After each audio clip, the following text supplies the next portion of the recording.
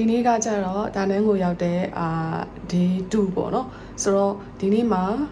ဒီမြို့တစ်ချောင်းကမ်းခြေတွေရောမြို့ရဲတွေရောရှောက်လိုက်မယ်ပြီးတော့ဝယ်စရာရှိရတယ်ဝင်မယ်ကျွန်တော်ကျမရဲ့visit to ဒါနန်းရဲ့ official visit ကိုဒီအခုပဲစလိုက်ပါပြီဒါကတော့အခန်းပတင်းကနေမြင်ရတဲ့ sea view ပေါ့နော် sea view တော့both sea view and city view နှစ်မျိုးလုံး city လည်းမြင်ရတယ်မြို့လည်းမြင်ရတယ်ကမ်းခြေလည်းမြင်ရတယ်ဆိုတော့တကယ်အခန်းထဲကနေကြည့်ရတာကိုတော်တော်လေးကိုတာရတယ် Okay bye bye ကျွန်မဆုံး coffee ဆိုင်သွားမယ်ပြီးရင်ကျွန်မsim card ဝယ်ရမယ်ပြီးတာနဲ့နောက်ထပ်သွားဖို့နေရတယ်ကမ်းခြေသွားမယ်ပေါ့နော်ဒါပါပဲအားလုံးမင်္ဂလာပါနော်ကျမရဲ့ YouTube channel ကနေပြန်လည်ကြိုဆိုပါတယ်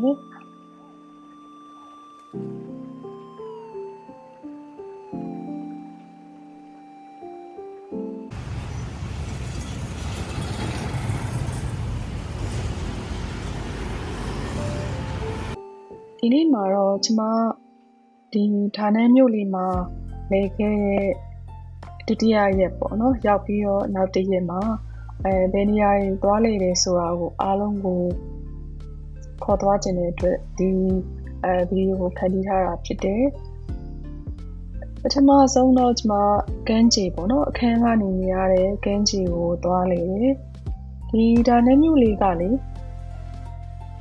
မနေ့အစောကြီးတဲ့ကကိုတက်ဝင်လှုပ်ရှားနေတဲ့မြို့လို့ပြောလို့ရတယ်မနေ့9နာရီလောက်ခရဲကနေထွက်နေပြီပေါ့နော်အဲ့မှာအခန်းပြတင်းကနေကျမကြည့်လိုက်တော့ဒီကမ်းခြေမှာပြေးနေတဲ့သူတွေအားကစားလုပ်နေတဲ့သူတွေရေကူးနေတဲ့သူတွေကိုအများကြီးပဲတွေ့လိုက်ရတာဆိုတော့မနေ့အစောကကိုတက်ကြွပြီးတော့မှလှုပ်ရှားရှင်သန်နေတဲ့မြို့လေးတစ်မြို့ပေါ့အဲ့လိုတော့တော်တော်လေးကိုချစ်စရာကောင်းတဲ့မြို့လေးဖြစ်တယ်ကမ်းခြေတွေကလည်းအများကြီးရှိတယ်ဒါကကြတော့ one of the beaches ပေါ့နော်ဒီမှာရှိနေတဲ့ဒီမြို့မှာရှိတဲ့ကမ်းခြေတွေကတစ်ခုပေါ့အဲ့ဒီနေ့မနက်စာပေါ့နော်မနက်စာကိုတော့ကျမတို့အခေါ်ဖာဆိုရဲrice noodle soup ကိုစားခဲ့တယ်ဈေးကဒီတပွဲဆိုရင်သူက $1.3 လောက်တော့ကျတယ်ပေါ့နော်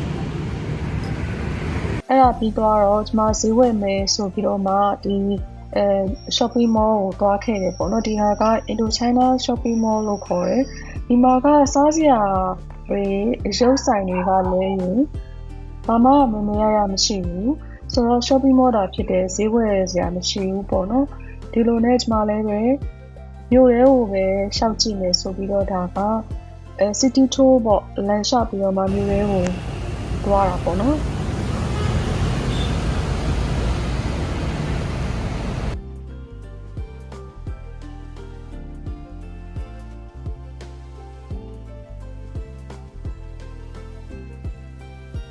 မြို့လေးကတက်ရက်ပြီးတော့လေအရန်ကိုလှပါတယ်သူ့မှာပင်လယ်ကမ်းခြေကလည်းအရှိန်ကြီးရှိတယ်နောက်တောင်တန်းတွေလည်းရှိတယ်ပြီးတော့သူတို့ရဲ့ landscaping ပေါ့နော်အဲ့ဒီအလှဆင်ထားတာကလည်းတော်တော်ကိုလှတော့ဘယ်နေရာကိုပဲသွားဓာတ်ပုံရိုက်ချင်စရာလေးကြီးဖြစ်နေတာပေါ့ဆိုတော့ဓာတ်ပုံရိုက်ရတာဝါသနာပါတဲ့သူတွေဆိုရင်တော့တော်တော်ကိုလဲဖို့ကောင်းတဲ့မြို့တစ်မြို့လို့ဆိုရမယ်ပြီးတော့ဈေးကလည်းပဲအရင်ကြီးတဲ့ထဲမပါဘူးပေါ့နော်စားတာသွားတာတဲတာအဲ့လိုအရင်ဈေးကြီးတဲ့ထဲတော့မပါဘူးကိုသုံးရင်သုံးသလောက်ပဲကုန်မယ်မြန်မာ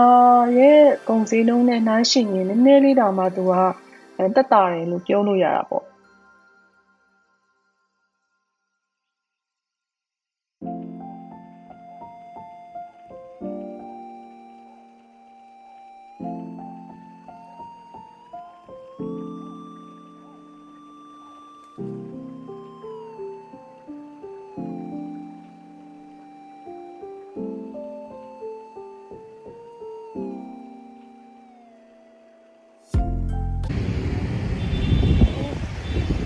နောက်မှမြင်ရတာ Dragon Bridge ဆိုတဲ့ဟာလေ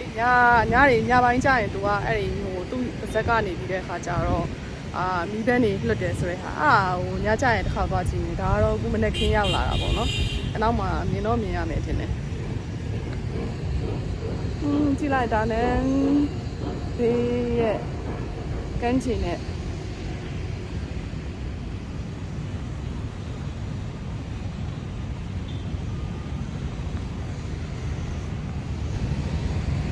ပြန်လာတယ်နောက်က view တွေကဒါကြတော့ကန်းချေ view ဒါကြတော့ city view အနောက်မှာလမ်းရှိတယ်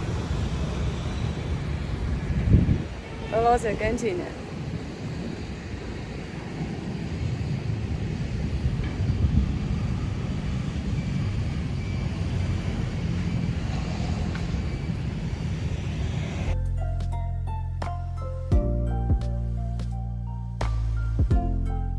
တော့ကျွန်မmarket ပေါ့နော်အဲ့ဒီဈေးကိုသွားတယ်ဒီဈေးကကြတော့ဒီ tourist တွေကြားမှာနာမည်ကြီးရယ်အဓိကကသူတို့ရဲ့ဒီ local ထုတ်ကုန်တွေပေါ့နော်ဒေသထုတ်ကုန်တွေပြီးတော့အမှတ်တရပစ္စည်းတွေဒါတွေဟိုအများကြီးဝယ်လို့ရတယ်ဒီကျွန်မဆိုရင်ဒီအိတ်ဆိုင်လေးကနေပြီးတော့ဒီ handmade အိတ်ကလေးတွေလည်းဝယ်ခဲ့တယ်ဆိုတော့ဈေးကစစ်ရတယ်ပြီးတော့ဒီဟာကကြတော့ဒီဒါနန်းမြို့မှာလဲဖို့ activity တွေပေါ့နော်အဲ့ဒါတွေကိုဝင်လို့ရတဲ့ရုံးဖြစ်တယ်အဲ့ဒီရုံးမှာပဲကျွန်မဒီနေ့လေပေါ့နော်နေ့လေမှာသွားဖို့ပေါ့ဒီ Hui'an ဆိုတဲ့မြို့ရဲ့ Marble Mountain ဆိုတဲ့တောင်ရင်ကိုသွားလဲဖို့package ကို in person နဲ့အဲ့မှာသွားပြီးတော့မှဝယ်ခဲ့တယ်ပေါ့နော်ဝယ်ပြီးတော့ဒါကတော့ကျမရဲ့နေ့လည်စာပေါ့နော်နေ့လည်စာကဒီဆိုင်လေးရဲ့နာမည်ကကြတော့ I love Bami ဆိုတဲ့ဆိုင်လေးသူကဒီ tourist တွေပေါ့နော်ဒီ travel blogger တွေ YouTuber တွေကြားထဲမှာနာမည်ကြီးတယ်ကျမ YouTube မှာကြည့်ရတဲ့ဒီ Danan vlog တွေမှာဆိုရင်ဒီဆိုင်ကိုညွှန်းထားတာတော်တော်များများတွေ့တယ်ဆိုတော့စားရတာလည်းကောင်းပါတယ်ဆိုတော့သူတို့ကတော့ဒါဟိုအသားမြက်ပေါင်မုံပေါ့နော်မြန်မာလိုဆိုရင်တော့သူတို့ကတော့ Bami လို့ခေါ်တယ်တကယ်တော့ဒါကကျမတို့ဒီနာမည်ကြီး coffee စားခဲ့တဲ့ Subway မှာရတဲ့ sandwich နဲ့တူတယ်အထဲကအသားကိုကြိုက်တာရွေးလို့ရတယ်ပေါ့နော်ပြီးတော့အပေါ်က topping တွေလည်းပဲရွေးလို့ရတယ်ဒီဆိုင်လေးမှာကဒီ Bami လည်းပဲကောင်းတယ်ပြီးတော့ coffee ပေါ့ coffee ကျမဒီမှာတောက်ခဲ့တာတော့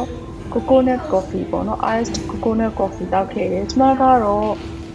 ဟိုအုံးပြီးကြိုက်တဲ့သူဆိုတော့လေသူတို့ရဲ့ဒီ coconut coffee ကိုတော်တော်လေးကိုအကြိုက်တွေ့တယ်ပြီးတော့အုံးပြီးနဲ့မွေးလေးနဲ့တော်တော်လေးကိုကောင်းပါတယ်ဒီ coffee ဆိုရင်ဈေးက$2လောက်ကျတယ်ဒီပေါင်မုံကကျတော့$3လောက်ကျတယ်ပေါ့နော်ဆိုတော့ lunch က$5လောက်ပဲကျပါတယ်တခြားနိုင်ငံတွေနဲ့ရှင်တော့ဒါဘယ်လိုပဲဖြစ်ဖြစ်ဈေးချိုတယ်လို့ပြောလို့ရတာပေါ့နော်ဒါကတော့ကျမရဲ့နေ့လယ်ပိုင်းလေပတ်တဲ့အစီအစဉ်မှာခုနကဝယ်ခဲ့တဲ့ package နဲ့ပဲဒီနေ့က2နေရာသွားမယ်ပေါ့နော်ပထမတစ်နေရာကကြတော့ဒီဒါနန်းနဲ့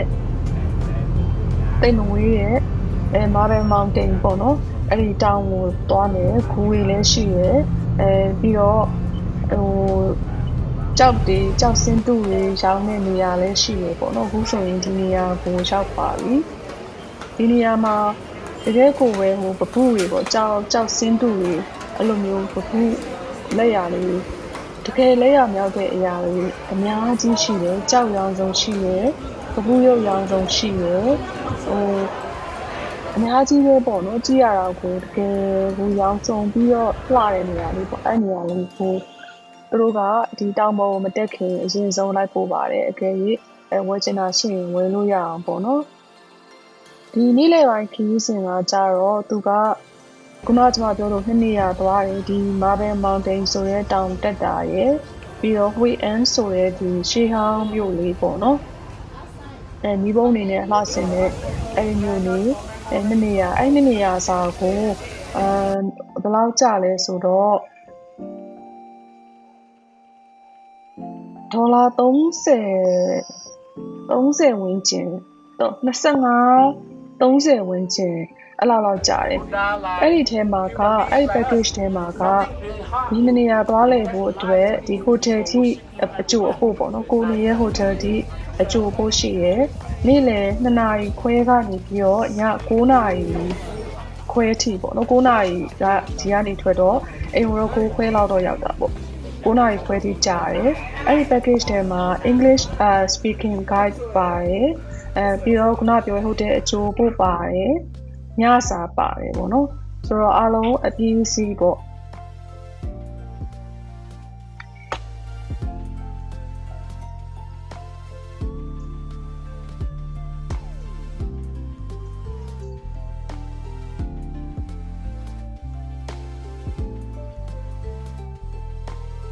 ပြန်တွက်ကြည့်လိုက်တော့$23လောက်ကျတယ် package တစ်ခုလုံးကိုဆိုတော့မစိုးပါဘူးဒီကလေကျမတို့ဝေးအန်တစ်ခုပဲကိုပဲ Grab နဲ့သွားရင်ကို20လောက်ကြာမှာအသွား30အပြန်30ပေါ့နော်ဒီကကြတော့သူကဒီနေရာဒီအခုဟာ Marble Mountain ဆိုတဲ့ဟာပေါ့နော်ဒီဟာကတော်တော်လေးကိုနာမည်ကြီးရယ်သူကနည်းနည်းတော့တောင်လေကလေးပေါ့နော်လေကလေးတင်နေတက်ရတာဟိုလိုရိုးဟိုလိုတာမဲ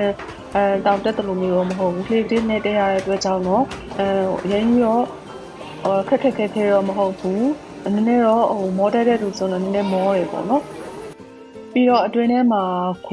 ဂူရေးရှိတယ်အဲ့ဂူထဲမှာဒီဒါဆိုရင်ဒါအမိုးပေါ်မှာအပေါက်ကြီးဖြစ်နေတာပေါ့နော်အဲ့ဂူကအမြင့်ကြီးပဲအဲ့ထဲမှာဖျားတည်ထားတာတွေရှိတယ်ပေါ့နော်ဖျားစင်တုတွေမြတ်စွာဘုရားစင်တုတော်တွေရှိတယ်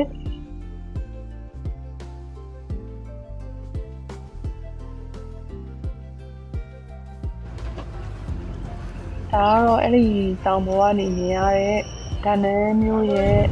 အလှပေါ့နော်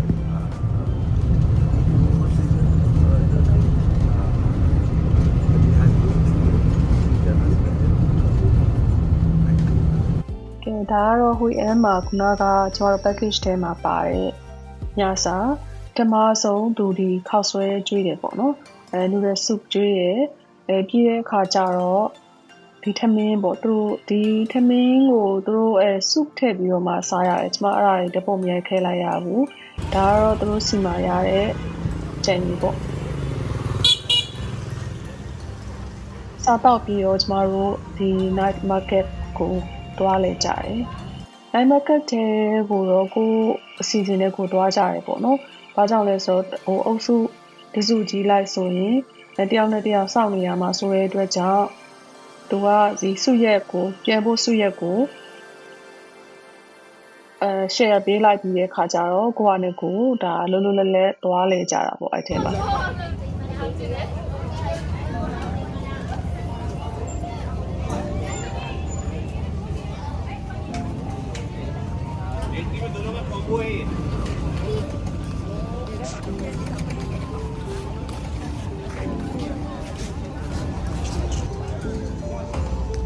သူကဒီ weekend ရဲ့ဒီ night market နဲ့ဒီပေါ့နော် night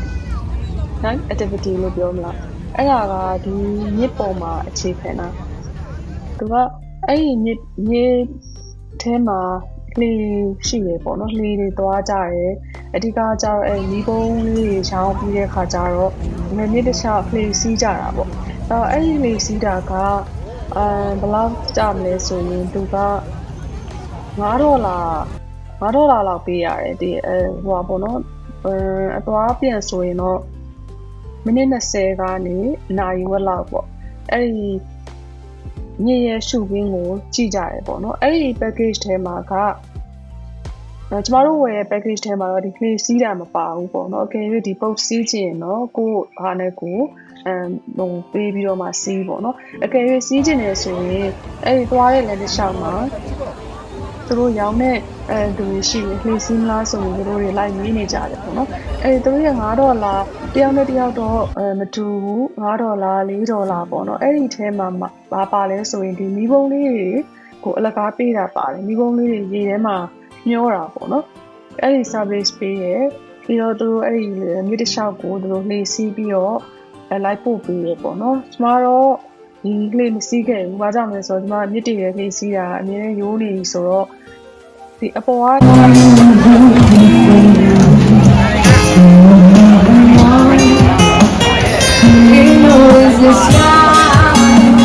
There's nothing funny that should really serve you, but I'm never gonna touch again. Give to freedom, love me now. အလုံးကြီးစစ်တင်ပါတယ်ကျမရဲ့နောက်ထပ်ဌာနလေခဲ့တဲ့ vlog တွေမှာပြန်တွေ့ကြမယ်နော်